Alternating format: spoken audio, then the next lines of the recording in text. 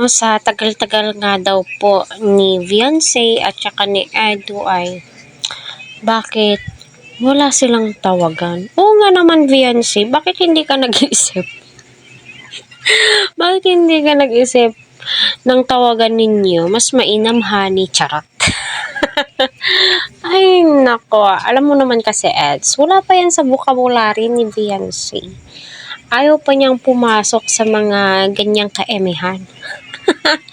Pero, kung tadhana na yung magsasabi, why not, diba? Ika nga ni Beyonce, tanong sa kanya, kung manliligaw ba si Eds ay may chance nga ba siya? O anong sagot ni Beyonce, mga ka-Team Edsy? Anong part yon yung Q&A? Oh my God, ako lang ba yung nagmamarathon? Minsan nakakalimutan kung anong part na yung pinapanood ko.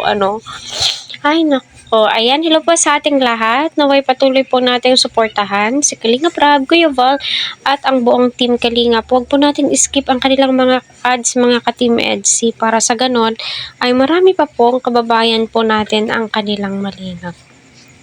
Ay, nako.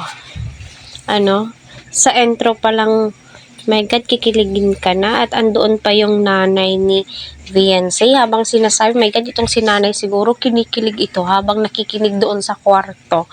Nako, itong si Ed, sasabihin ko sa'yo, Beyonce, seryoso tong si Edo sa'yo, no? 100% ako, seryoso itong si Edo sa'yo. Kasi iba po yung tinginan ni Edo, or ganyan na po talaga si Eds. No, ewan ko ba? No, basta ramdam ko na ibang-iba itong si Edo.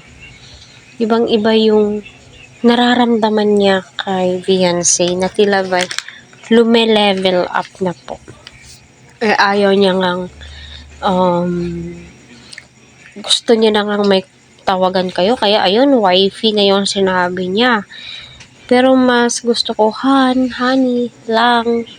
Yun. Pero yung langging, parang Rochelle ata yung tawagan na yun, Roel, 'di ba?